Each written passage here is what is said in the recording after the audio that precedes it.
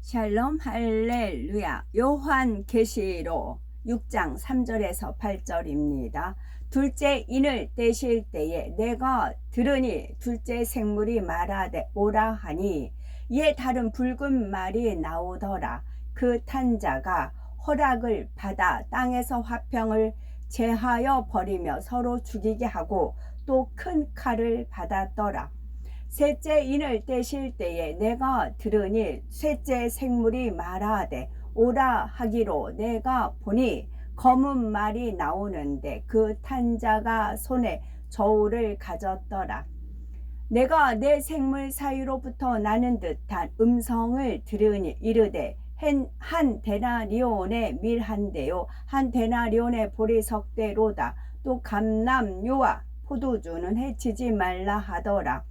넷째 인을 떼실 때에 내가 넷째 생물의 음성을 들으니 말하되 오라 하기로 내가 봄에 청황색 말이 나오는데 그 탄자의 이름은 사망이니 음부가 그 뒤를 따르더라. 그들이 땅 4분의 1의 권세를 얻어 검과 흉년과 사망과 땅의 짐승들로서 죽이더라. 요한계시록 강의 37번째 둘째 인 붉은 말, 검은 말, 청황색 말입니다. 흰 말은 이스라엘 민족을 의미한다 하였습니다. 또한 흰 말을 탄 자란 이스라엘 민족의 운명을 좌우하며 이끌어가는 세력이지요. 이스라엘 민족은 하나님으로부터 선택받은 민족으로서 그들은 이 세상 끝나는 날까지 하나님의 섭리 안에 들어있게 됩니다. 하나님께서는 성경 곳곳에 이스라엘 민족을 향한 섭리에 대해서 기록해 놓도록 역사하셨지요.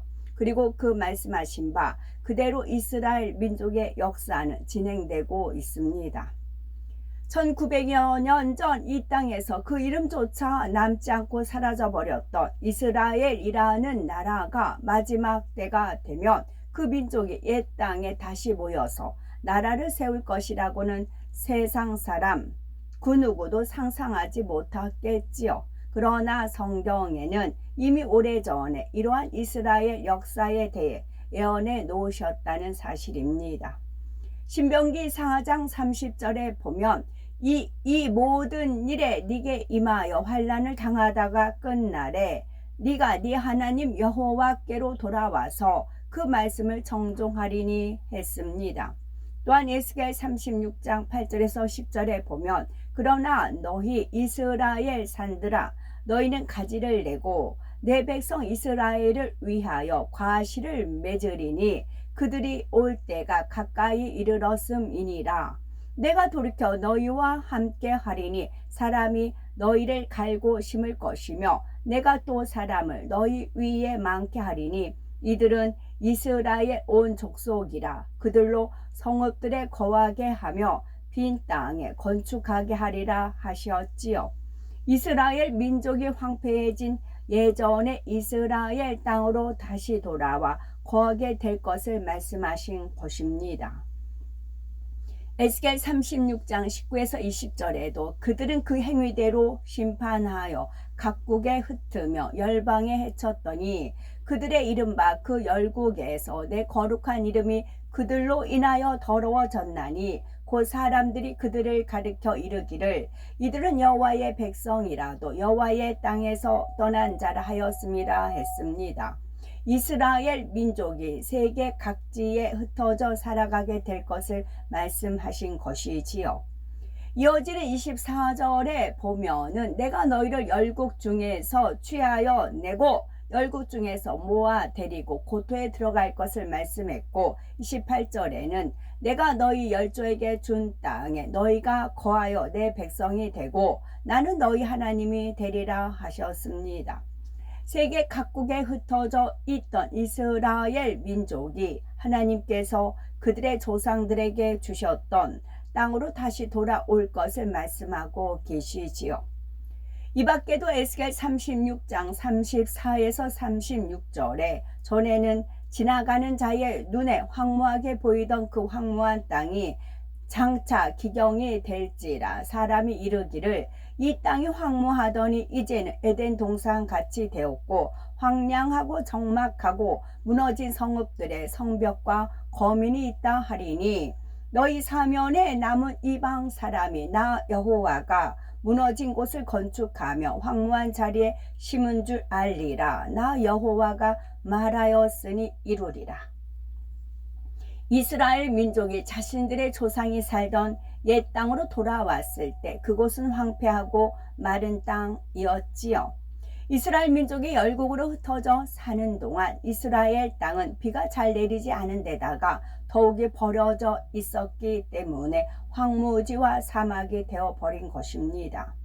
그러나 산악지대에 남아있던 나무와 풀들도 오랜 세월 동안 사람들이 마구 베어내고 다시 심지는 않았기 때문에 흙들은 비와 바람에 씻겨 내려가고 바위와 자갈들만 앙상하게 남은 땅이 되었지요.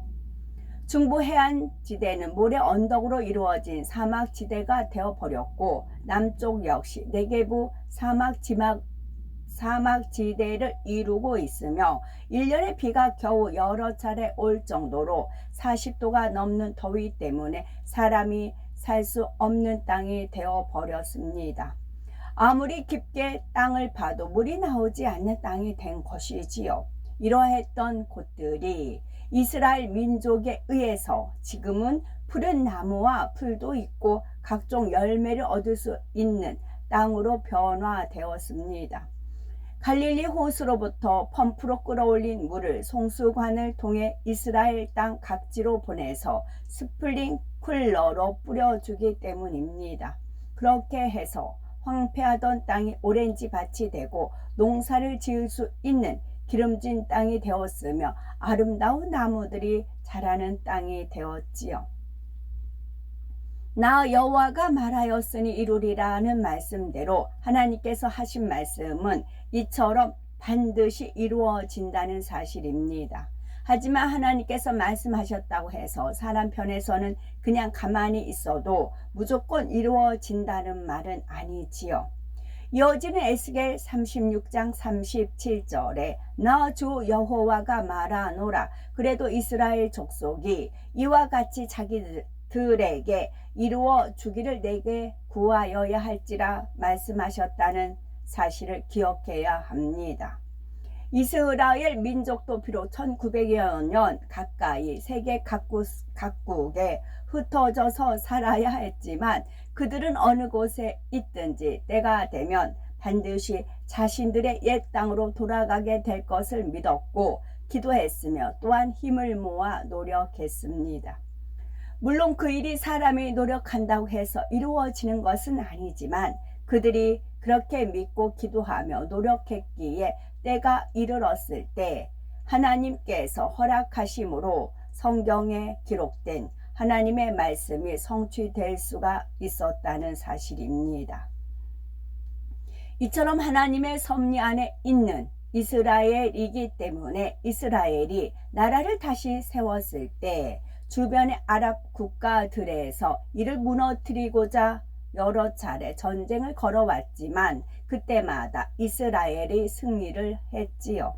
지금도 늘 크고 작은 분쟁이 일어나지만 여전히 이스라엘의 힘이 우위를 차지하고 있습니다. 앞으로 7년 환란 때가 되면 결국 이스라엘과 아랍 국가들 사이에서 다시 한번 세계 대전을 촉발시키는 전쟁이 일어납니다. 그런데 7년 환란 때는 이스라엘과 아랍 국가들 사이에 전쟁 이외에도 곳곳에서 전쟁이 일어납니다. 그 모든 것이 함께 상호작용하면서 3차 세계대전이 일어나는 것이지요. 요한계시록 6장 3절에서 4절에 보니 둘째 인을 떼실 때에 내가 들으니 둘째 생물이 말하되 오라 하더니 이에 붉은 다른 말이 나오더라. 그 탄자가 허락을 받아 땅에서 화평을 제하여 버리며 서로 죽이게 하고 또 큰 칼을 받았더라. 주님께서 둘째 인을 떼시자 이번에는 붉은 말이 나왔지요. 붉다는 것은 피 흘림을 의미하는 것으로서 붉은 말이 나왔다는 것은 피를 많이 흘리게 될 것을 의미합니다. 붉은 말을 탄 자가 허락을 받아 화평을 제하여 버리며 서로 죽이게 한다고 말씀한 대로 붉은 말과 그것을 탄 자에 의해 피 흘림의 전쟁이 일어나게 될 것을 의미하지요. 그렇다면 붉은 말은 구체적으로 누구를 지칭하는 것일까요? 붉은 말은 바로 러시아를 의미합니다. 1991년 15개 국가연합체로 구성되었던 소비에트 연방 즉 소련이 붕괴되었지요. 그렇지만 그 중에서 러시아는 여전히 가장 큰 힘과 영향력을 발휘합니다. 소련 붕괴 이후 러시아가 쇠퇴의 길로 접어드는 것 같았지만 러시아는 다시 그 힘이 커지고 있습니다. 그러면서 주변 나라들에 계속해서 영향력을 행사하려고 하지요. 하지만 공산주의라는 이념에 의해 유지되어 왔던 소련이 붕괴되자 그동안 소련에 속해 있던 나라들이 이제는 민족과 종교를 중심으로 독립된 나라의 주권을 행사하려고 하지요. 러시아로부터 더 이상 간섭받기를 거부합니다. 사실 소비에트 연방 시절부터도 소련은 민족 문제로 인해서 늘 고심했지요. 다민족 국가였던 소련은 그들 안에서 민족의 독립과 자치를 요구하는 크고 작은 분쟁들이 끊이지 않았습니다. 민족 간에도 많은 분쟁이 있었고요.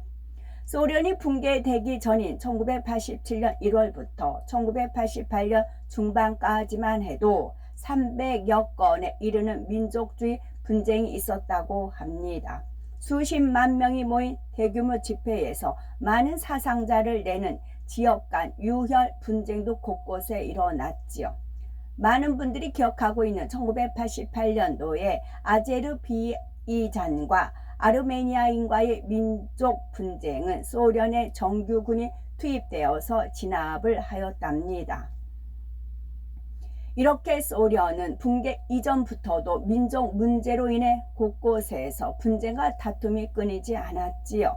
그런데 소련 붕괴 이후 이제 러시아가 점점 힘이 강해지면서 주변의 나라들의 영향력을 행사하려 하다 보니 이 역시 분쟁의 불씨가 되고 있었습니다.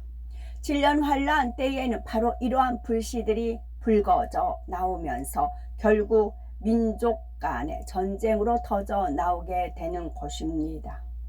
이 과정에서 서로가 죽이면서 많은 피 흘림이 있게 되고 화평이 제하여져 버리고 마는 것입니다.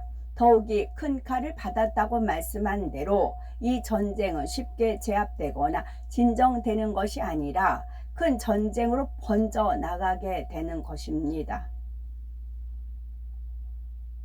이런 모든 일들은 허락을 받아 이루어진다는 것을 알 수가 있습니다. 바로 하나님의 허락이 있어야 함을 말하는 것인데, 그렇다 하여 이 말은 하나님께서 전쟁도 일어나게 하시고 사람들이 죽게도 만드신다고 오해하면 안 됩니다. 하나님께서는 세계사의 모든 것을 주관하시되 결국은 모든 일이 공의에 따라 돌아가지요.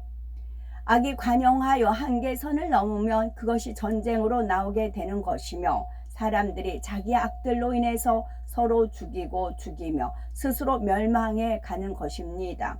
하나님께서 공의를 무시하시고 원하는 곳에 전쟁을 일으키시거나 사람들을 멸해 버리시는 것이 결코 아니지요.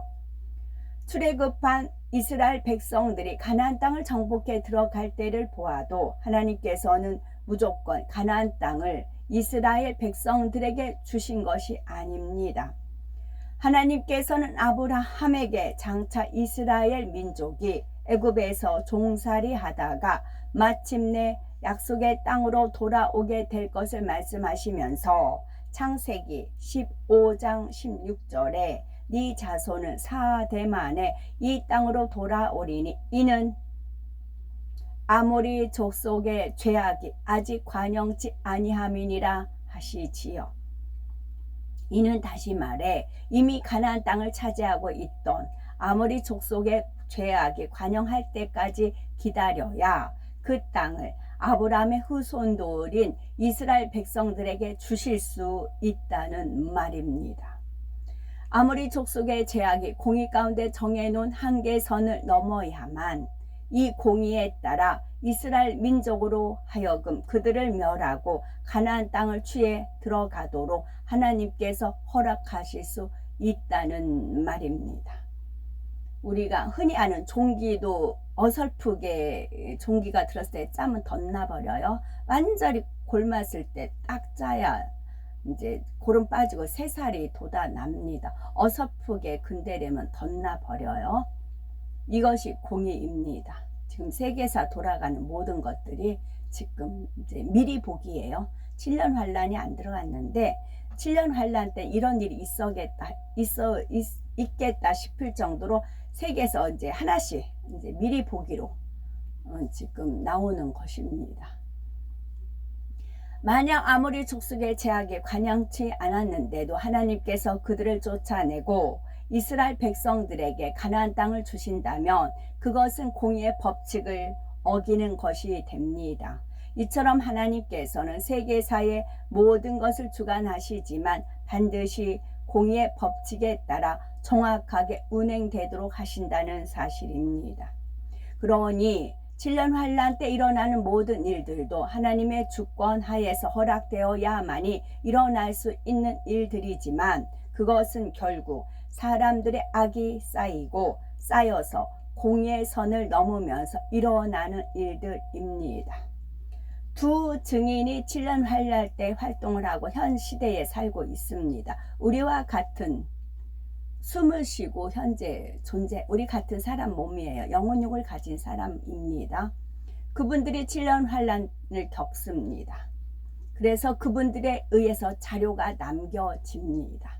그리고 우리가 이제 공중에 혼인잔치를 하면 그들이 3년 반 하고 이제 올라옵니다. 늦게 이제 혼인잔치에 참여를 합니다.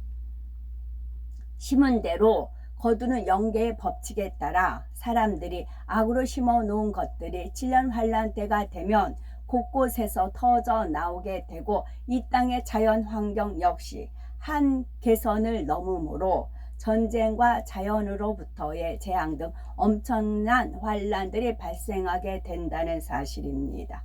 한 개선이 나와서 우리가 이제 지난 화요일 날 시계 연 날짜 또 월화수목 1, 2, 3, 4 그거를 히브리어로 배웠습니다. 그래서 시계가 샤온이더라고요.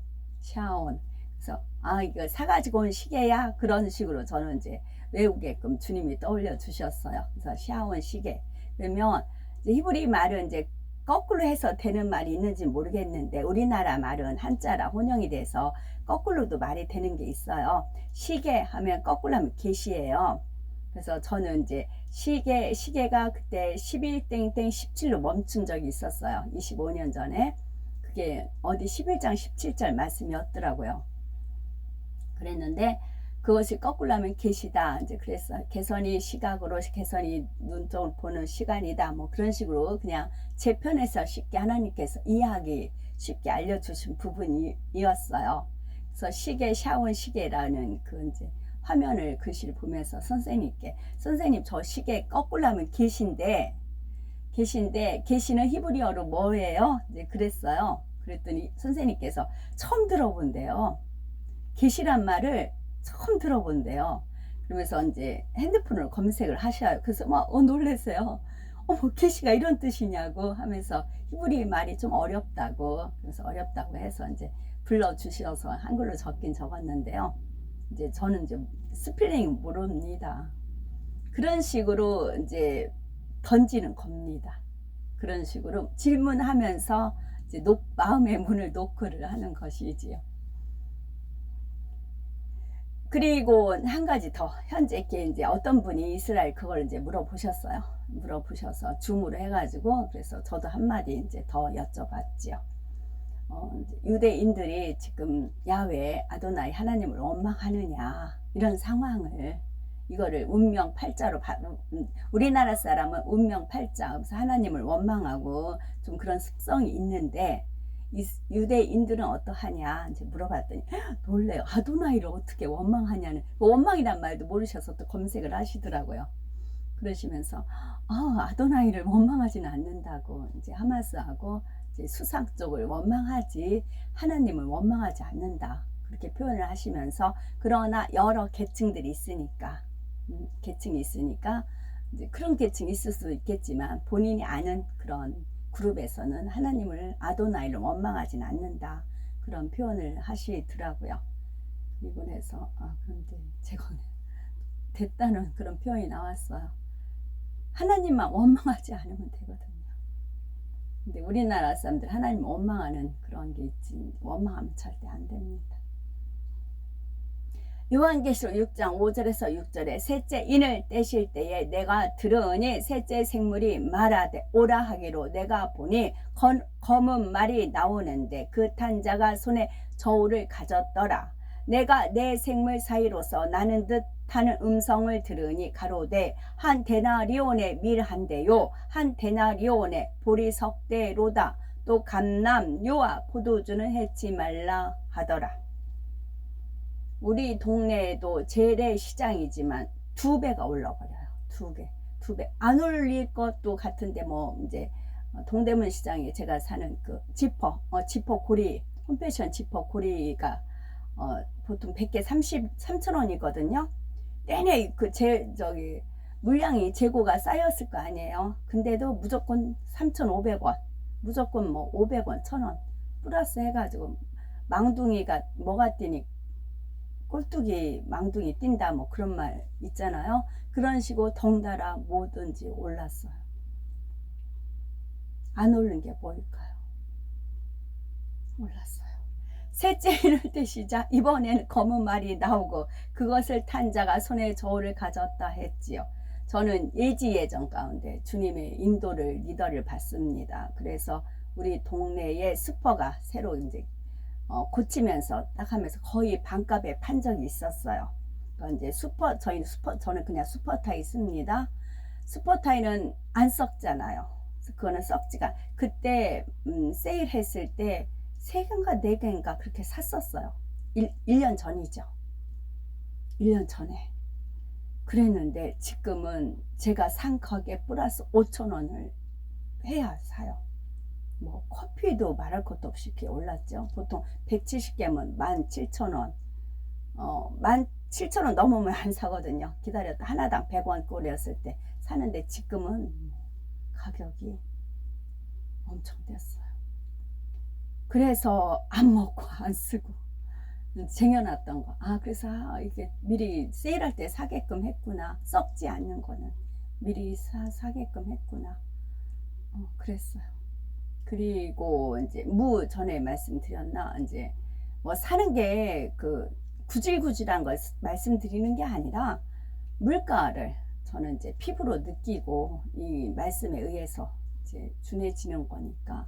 그래서 무 같은 경우도 3개 뭐 1,000원씩 할 때 사다가 무장아찌를 담아놓은 게 있었어요. 이건 지금 무는 엄청 비싸잖아요. 이제 지금 여름이니까 무장아찌 먹으면 개운하지요. 그래서 하나님께서, 주님께서 이렇게 오를 걸 아시고 1년 전만 하고 또 틀리잖아요. 미리 이렇게 저장하게 하셨구나. 물론 이제 머니가, 돈이 이렇게 수입이 있어서 저장해 놓으면 좋지요. 저는 이제 그렇지가 않으니까 한 달 한 달, 그날 살아가는 은혜가 있으니까 더 그렇지요. 여기서 검은 말에는 2가지 의미가 있습니다. 먼저 검은색은 죄를 뜻하는 것으로서 검은 말은 죄를 주관하는 사단에 의해서 일어나게 될 일을 의미하지요. 그리고 이 검은 말의 탄 자란 죄악에 대해서 정확하게 재서 측정하는 자로서 원수마귀 사단이라고 말할 수도 있고, 원수마귀 사단의 주관을 받아 도구로 쓰이는 사람이라 말할 수도 있습니다. 검은 말을 탄 자가 손에 저울을 들었다 말씀한 대로 원수마귀 사단은 어떤 사람에게 어떠한 죄악이 있고 그 죄악이 어느 선까지 이르렀는지를 측정하지요. 그 죄악이 한계선을 넘게 되면 그에 해당하는 갖가지 시험 환난과 문제들을 가져다 주므로 죄악에 대한 심판이 이루어지게 됩니다. 이것이 때로는 원수 마귀 사단이 주관하는 사람을 통해서 이루어지기도 하지요. 7년 환란 때에도 바로 이러한 원수 마귀 사단에 의해 이 땅에 남아있는 사람들의 죄악이 낱낱이 계수가 되고 측정이 됩니다. 그때도 그 죄악의 정도에 따라 각 사람에게 임하는 환란의 정도는 다릅니다. 어떤 사람은 죽임을 당하기도 하고 어떤 사람은 나중에 죽음을 당하기도 합니다. 똑같은 환란을 겪는 상황에서도 어떤 사람은 더한 고통 가운데 있기도 하고 어떤 사람은 덜한 고통을 당하기도 하지요. 손에 저울을 든 자의 측정에 따라 공의에 맞게 죄악의 대가가 주어지는 것입니다. 다음으로 검은 말에는 거대한 폭풍과 태풍이 오게 될 것이라는 의미가 있습니다. 엄청난 태풍과 폭풍우가 몰려오게 되는데 하지만 그 정도가 정해놓은 선 이상을 넘지는 못합니다. 즉 저울의 측량에 따라 하나님께서 허락하시고 정해놓으신 한계 안에서만 태풍과 폭풍우가 일어날 것이라는 것을 말씀하시는 것이지요.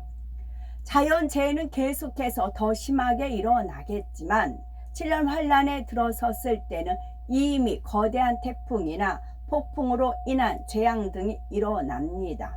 물론 자연재해들은 지금도 시간이 갈수록 더 심해지고 있지만 7년 환란 때가 되면 이런 자연재해로 인해서 재앙이 마침내 최고조에 이르게 됩니다. 또한 사단의 주관에 따라 사람들은 각각 자기 악들로 인해 다툼과 분쟁과 전쟁을 일으키게 됩니다. 이러한 모든 일들로 인해 결국 한 데나리온의 밀 한 대요 한 데나리온의 보리 석 대로다 함과 같이 식량 부족 현상으로 인한 극심한 인플레이션 현상이 일어나지요. 그것이 어느 정도인가를 알려면 각각의 단위를 오늘날의 가치로 환산해야 하는 것입니다. 다음으로 밀 한 대의 가격을 알아야 하는데 국제거래 가격 기준으로 밀 한 대의 가격을 넉넉히 잡아서 이건 이제 그렇고요. 본문에는 밀 한 대가 한 데나론이라고 하니 지금과 비교하면 무려 엄청난 차이가 있는 것이고요. 물론 그렇다 하여 그때 가서 꼭 밀 한 대에 얼마라는 것이 아니고 더하고 덜할 수도 있다는 얘기입니다. 이 7년 환란 때가 되면 이스라엘 곡물의 가격도 천정부지로 뛰게 된다는 뜻입니다. 한번 올라간 거는 안 내려가요. 근데 우리나라는 그래도 이제 하나님이 보호하사, 정말 애국가 하나님이 보호하사 이게 뛸래야 뛸 수 없는 상황이 뭐냐면 풍성해져 버리면, 이 농사가 이게 넘쳐버리면 본인들이 높게 측정할 수가 없어요. 넘쳐버리면 이제 뭐 갑자기 뭐랄까 고추 농사, 만약에 고추 농사가 풍성하게 됐어요. 근데 비싸게 받지를 못하는 거죠. 그렇게 이제 풍작을 하면 천정부지로 뛸 수는 없어. 어느 정도는 뛰어도 그렇게 이제 말도 안 되게 뛰진 않죠. 야채 같은 경우가 보니까 그렇더라고요. 야채 같은 경우 어느 때는 비싼데 어느 때는 엄청 싸요. 그 이유가 뭐냐면 많이 이렇게 나왔을 때, 시장에 풀어졌을 때는 이 집 저 집 할 거 없이 열무 뭐 얼갈이 그런 게 나왔다 하면은 어느 때는 1,000원씩 해요. 그런데 어느 때는 4,000원 5,000원씩 해요. 물량이 많을 때는 싸고 물량이 없을 때는.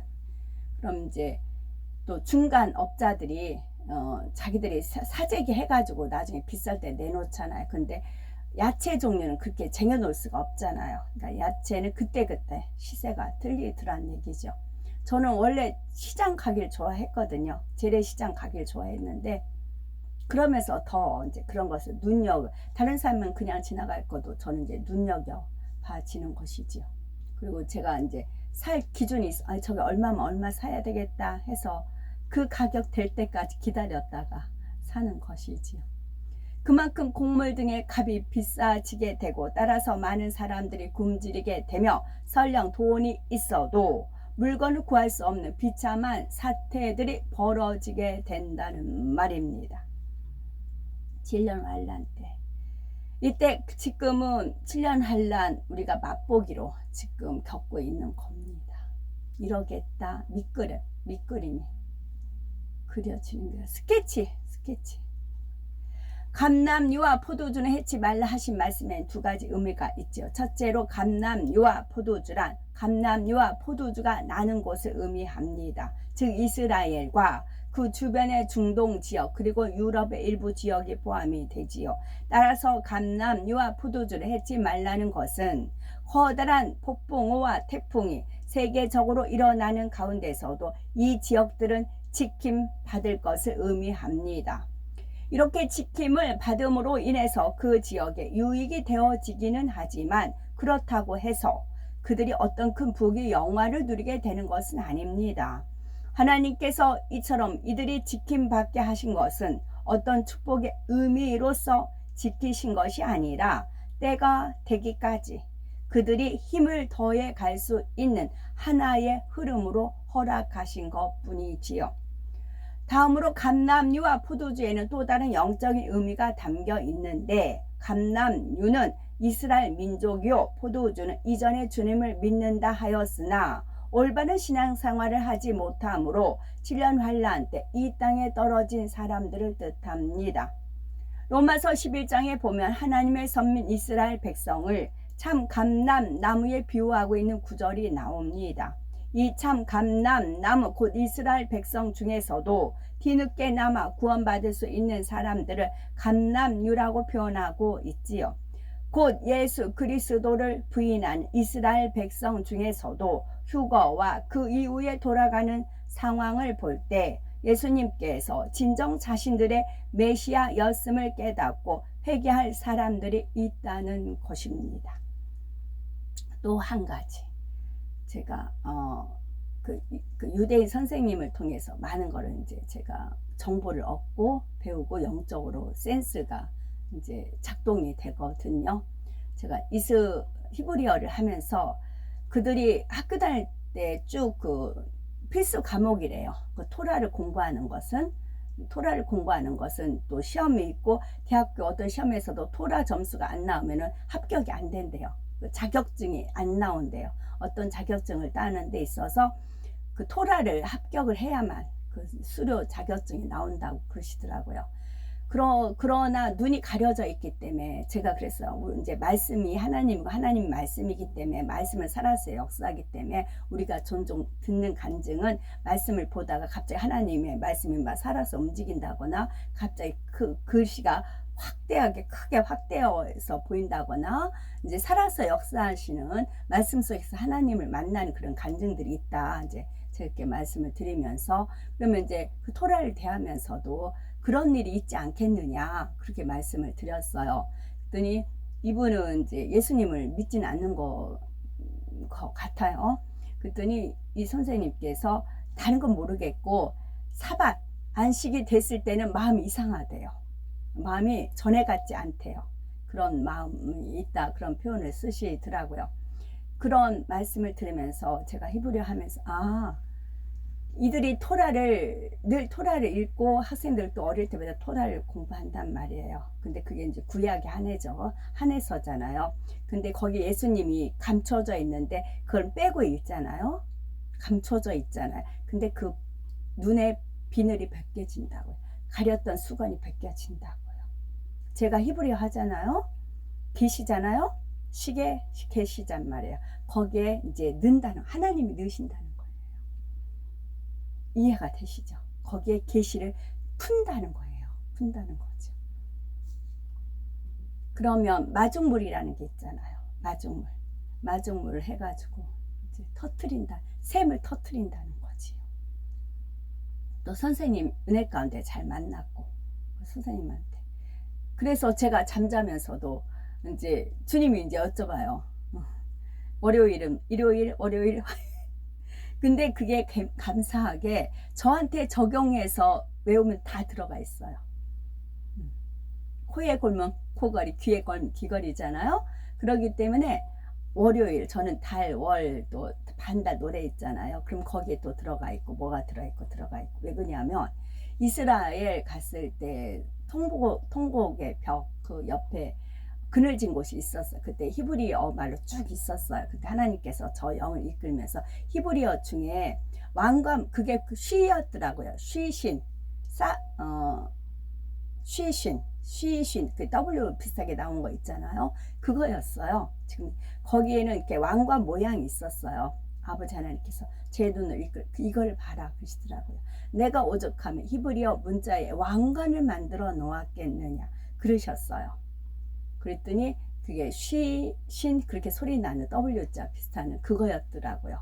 그래서 그거를 저로 접목을 해서 읽으면 거의 말이 나와요. 그렇게 나와요. 지금 그런 이제 은혜 안에 저는 접어들고 있어요. 그래서 그 월요일부터 그런 것도 다 하나하나가 제 삶으로 연결시키면 이게 다 맞아 떨어져요. 1, 2, 3, 4도 역시 마찬가지. 그게 수수께끼가 풀어집니다. 그 풀어지면 뭐예요? 이제 토라 이게 풀어진다는 거예요. 여기서 예수 그리스도 메시아를 만난다는 거예요. 야고보서 2장 26절 영혼 없는 몸이 죽은 것같이 행함이 없는 믿음은 죽은 것이니라 했습니다. 그래서 3절에 들 때도 주님께서 일은 뭐, 이는 뭐, 삼은 뭐, 월요일은 뭐, 화요일은 뭐 이렇게 이제 물어보세요. 그러면 뭐죠? 그러면 저를 이제 또 떠올려 주세요. 맞다 이거다 하면서 이제 잠이 들어요. 지금 그런 일이 있습니다. 지극히 작은 일인데 이제 큰 일이 되는 것이고요. 한우물 파는 겁니다. 지금 여기서 우물을 팝니다. 그러면 터지는 거 어디서 터져요? 그 물줄기가 있는 데서 이제 터져 나가는 것입니다. 저는 지금까지 이렇게 일했고 이렇게 하나님의 심부름을 했고 또 합니다. 야고보서 2장 26절에 영혼 없는 몸이 죽은 것같이 행함이 없는 믿음은 죽은 것이니라 했습니다. 교회를 다니고 주를 믿는다 하면서도 말씀대로 살지 못했던 사람들은 그 믿음이 죽은 믿음이요 참된 믿음으로 인정받을 수가 없으므로 주님께서 오실 때 들림 받을 수가 없지요. 그래서 땅에 떨어져 버린 영혼들이 자신이 휴거되지 못한 것을 볼 때 얼마나 놀라겠습니까? 이런 사람들 중에서 이전에 들었던 말씀대로 어찌하든 순교를 통해서라도 구원을 받고자 하는 사람들이 있게 되는 것입니다. 이처럼 믿는다 하면서도 휴거되지 못한 사람들과 이스라엘 백성들 중에도 이삭 죽기를 통해 구원에 이를 사람들이 있기에 하나님께서는 셋째인을 뗄 때까지 이들을 지키셨다가 장차 때가 되면 순교를 통해 구원에 이를 기회를 주시는 것입니다. 그때가 이르기까지는 아직 감람류와 포도주 곧 이스라엘 민족과 주를 믿는다 하면서도 이 땅에 떨어진 사람들을 해치 말라고 하시는 것이지요. 물론 그들 모두가 한 사람도 빠짐없이 재앙에서 지킴받고 구원받는다는 의미는 아닙니다. 장차 큰 흐름 가운데 극심한 핍박이 있게 되고 그래서 본격적인 순교가 시작되기 전까지는 모든 상황을 감해 주신다는 의미이지요. 요한계시록 6장 7절에서 8절에 보니 넷째 인을 떼실 때에 내가 넷째 생물의 음성을 들으니 가로되 오라 하기로 내가 보매 청황색 말이 나오는데 그 탄자의 이름은 사망이니 음부가 그 뒤를 따르더라. 저희가 땅 4분의 1의 권세를 얻어 검과 흉년과 사망과 땅의 짐승으로서 죽이더라. 여기서 청황색 말은 장차 유럽 연합을 통해 이루어질 일들을 의미합니다. 이 청황색 말 탄자의 이름이 사망이요 음부가 그 뒤를 따르더라 했으니 이는 그 어둠의 주관자요 적그리스도를 말하지요. 앞으로 세계사의 흐름은 세계 큰 세력이 힘을 다투는 3파전의 양상을 띠게 된다는 말씀입니다. 요한이 환상으로 보고 있는 상황은 성도들이 휴거된 후에 이 땅의 나라들은 많은 분야가 혼란스러운 상태입니다. 주변의 수많은 성도들이 일시에 사라졌고 비록 주를 믿지 않는 사람들이라 할지라도 기독교에서 말하는 휴거에 대해서 들어서 알기는 하지요. 그러니 그들의 말이 사실이었구나, 이제 우리는 큰일 났구나 하는 두려움으로 인해서 민심이 흉흉하고, 이와 더불어 앞서 설명한 대로 곳곳에 전쟁과 자연재해, 질병, 극심한 인플레 등으로 전 세계가 심히 불안정한 상황이 됩니다. 이런 혼란스러운 상황 속에서 3파전의 양상 속의 각 세력들은 각자 어지러운 분위기를 진압하고 자신들의 입지를 다지기 위해서 더욱 노력하게 되지요. 그 중에서도 특히 유럽연합은 점점 그 세력이 강해지며 3파전의 양상 속에서도 가장 위에 서게 되면서 적그리스도의 조종을 받게 되는 것입니다. 물론 지금은 유럽연합이 그리 쉽게 하나 되는 것처럼 보이지는 않습니다. 각국의 이해관계가 얽히면서 진전되는 것 같다가도 다시 지체되기를 반복하여 아직은 세계 흐름 가운데 주도적인 힘을 행사하는 것은 아니지요.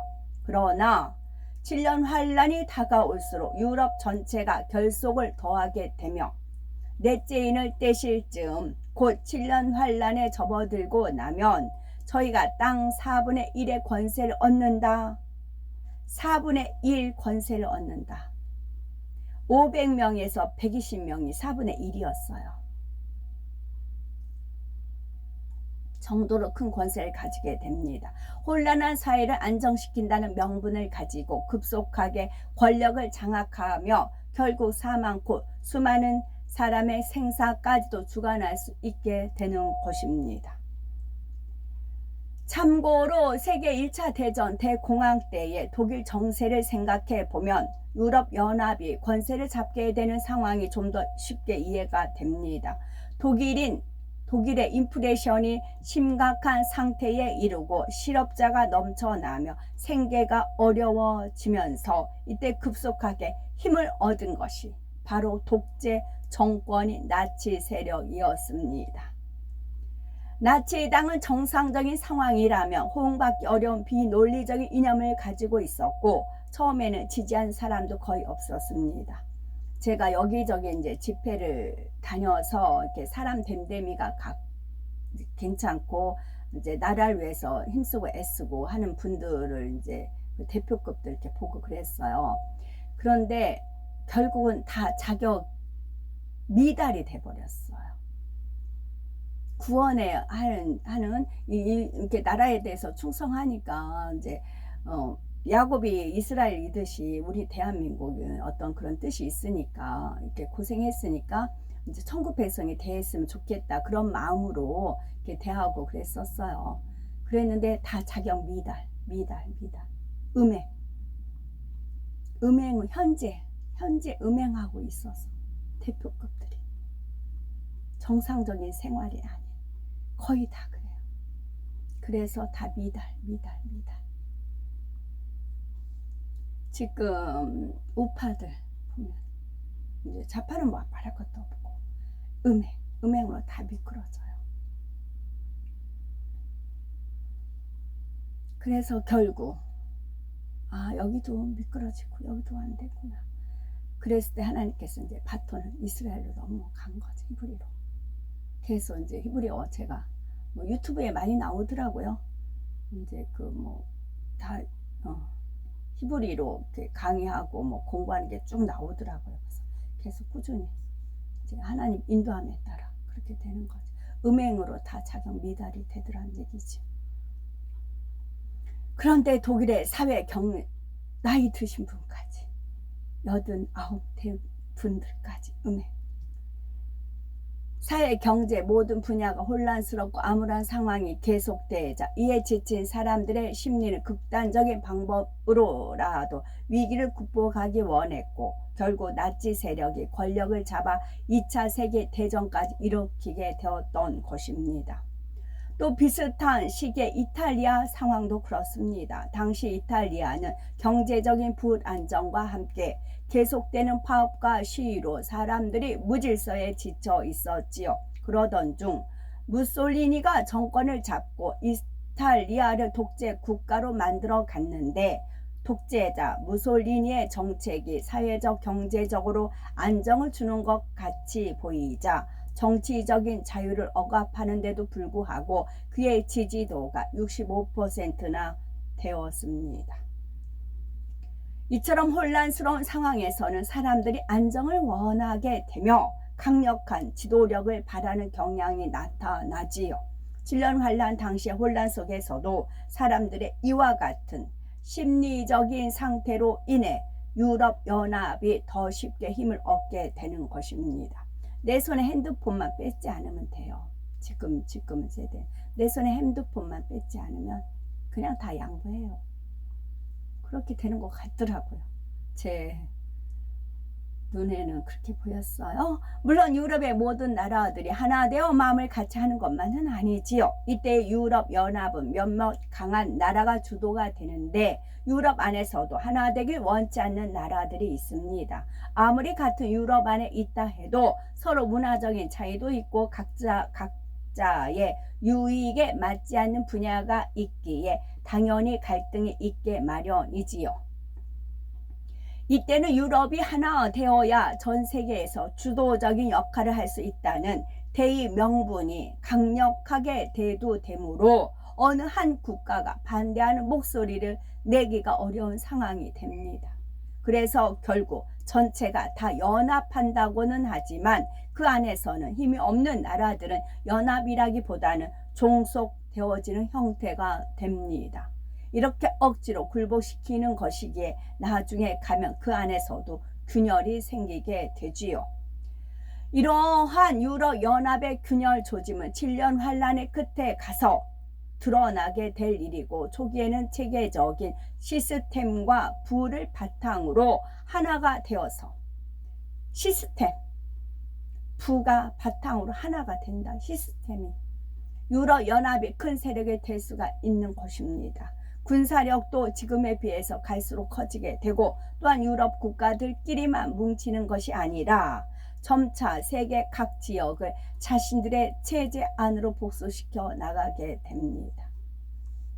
그들이 표면적으로 주장하는 것은 우리가 이루어가는 체제를 따라오며 혼란스러운 모든 것이 안정되고 많은 유익을 누릴 수 있다는 것이지만, 그런 감언이설에 순순히 따르지 않을 때는 그 따르지 않는 나라와 민족을 어렵게 하며 피폐하게 만들어 갑니다.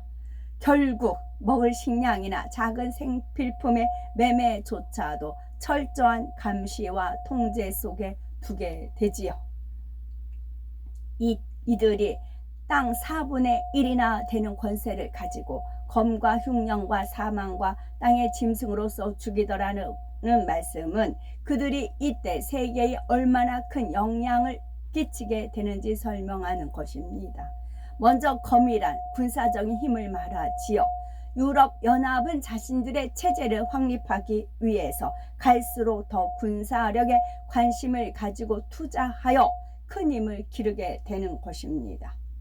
또 흉년이란 그들이 축적한 부의 힘이 얼마나 큰 것인 것을 설명하고 있지요. 인플레이션이 극심하여 어려운 시기에도 오히려 그 기회를 타고 순식간에 막대한 부를 축적하는 사람들이 있기 마련입니다. IMF 때 우리 집 아저씨는 이자놀이 했어요. 오히려 교회에서 이제 다급하니까 돈을 빌리러 왔어요. 얼마인지 몰라요. 저는 이자를 얼마 주겠다고 했나 봐요. 나중에 이제 돈을 갚으러 왔더라고요. 그 머리끝 우리 집에 왔어요. 나중에 이자 어떻게 이제 받더냐고 했더니 받던데요 그러더라고요. 오히려 IMF 때 우리는 이자 놀이를 했어요. 교회 대상으로. 그러니 그래서 이런 게 또 되지. 있는 사람은 있는 돈으로 더 부를 축적합니다. 죽어라 하는 사람 없는 사람만 죽어라 하는 겁니다. 그러나 우리는 믿음에 부유한 자가 되어야 합니다. 이런 것처럼 7년 환란 때 비록 곳곳에 기근으로 인해서 힘이 들고 인플레이션이 기승을 부린다 해도 유럽연합은 오히려 기회를 타서 착취를 하고 거대한 부를 축적하게 됩니다. 그래서 이런 군사력과 부를 바탕으로 세계에 큰 지배력을 행사하게 되지요.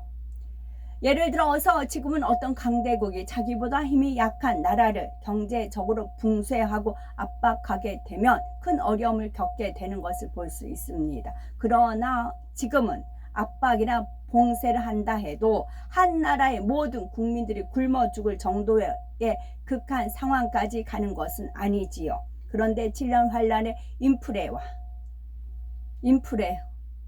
어려움 속에서 심히 부를 축적한 유럽연합이 어떤 하나의 나라를 집중적으로 압박한다면 이때는 그 나라 국민의 대부분을 흉년과 같이 굶어 죽게 만들 수 있을 정도로 큰 영향력을 갖게 된다는 것입니다. 또한 사망과 땅의 짐승으로 죽인다는 것은 그들의 체제 안에 복속되지 않은 이들에게 여러 가지 제재와 사망에 이르기까지 압력이 가해지는 것을 의미합니다. 땅의 짐승이라는 것은 컴퓨터를 말하지요. 저 같은 경우도 이제 선이 접속이 안 되면 인터넷이 안 될 때가 있어요. 뭐 어디 이제 송금을 해야 된다거나 그럴 때 당황해요. 이제 선을 다시 뺐다 껐다 하면 이제 접속이 되더라고. 그래서 컴퓨터 이거 안 되면, 인터넷 안 되면 정말 어떻게 될까 싶더라고요. 유럽연합은 컴퓨터를 이용하여 자신들의 체제를 구축해 가게 되는데 컴퓨터에 모든 사람들의 정보를 입력하여 이를 가지고 일일이 감시 통제하는 것이지요. 모든 사람을 통제하에 들어오게 하기 위해서 오른손이나 이마에 짐승의 표 바코드를 받게 하는데 처음부터 강제성을 크게 띄지는 않습니다. 히브리어가 그 엄마를 이마라고 부른다고 하더라고요. 음가가 이마래요. 이마. 오른손이나 이마. 7년 환란의 중반까지는 이 체제를 확립해 나가는 시기이므로 적극 권장하는 정도에 그치게 되지요. 그러나 모든 체제가 안정적으로 갖춰지고 7년 환란의 중반에 넘어서면서부터는 모든 사람들에게 표를 받도록 강요하며 거부하는 것을 용납하지 않게 됩니다. 표를 받지 않는 사람은 반사회의 적이며 그들이 추구하는 사회 안정을 반대하는 불순분자로 낙인이 찍히게 되는 것이죠. 불순분자. 마스크만 안 해도 백신만 안 맞아도. 그러므로 이때가 되면 표를 받지 않으려는 사람들의 순교도 본격적으로 시작되는 것입니다. 이러한 순교의 일들이 5째 인에서 설명이 나옵니다. 요한계시록에 기록된 모든 일들은 너무나 확실하게 반드시 되어질 일들입니다. 기름 준비를 잘한 성도님들은 휴거되어 공중 혼인잔치에 들어가게 되므로 이런 땅의 일들과는 상관이 없지만 주님을 믿지 않는 사람들과 신앙생활을 바르게 하지 못하므로 휴거되지 못하는 사람들은 하나하나 겪어야 하는 일들입니다. 스스로는 아무리 열심히 신앙생활을 한다 해도 결국 하나님의 말씀대로 살지 않고 불법을 행하다가 땅에 떨어지게 되면 그때는 아무리 후회하여 이를 갈고 가슴을 치며 통극을 해도 소용이 없습니다. 이제 참혹한 고난을 통해 순교할 때라야 간신히 지옥의 형벌을 면할 수 있는 신랄 같은 가능성만이 남아 있는 것입니다. 그것은 생각만 해도 두려운 일입니다. 우리 중에는 한 분도 이런 지경에 빠진 일이 없어야 되겠고 주님 오시기 전 아직 기회가 있을 때에 항상 깨어 기도하며 말씀대로 바르게 신앙생활을 하시며 바른 생활 신부단장을 이루시고 그래서 공중에서 큰 나팔 소리와 함께 신랑 되신 주님께서 다시 오실 때 모두가 들림 받아 주님의 품에 안길 수 있는 복된 우리가 되어야 되겠죠. 아멘.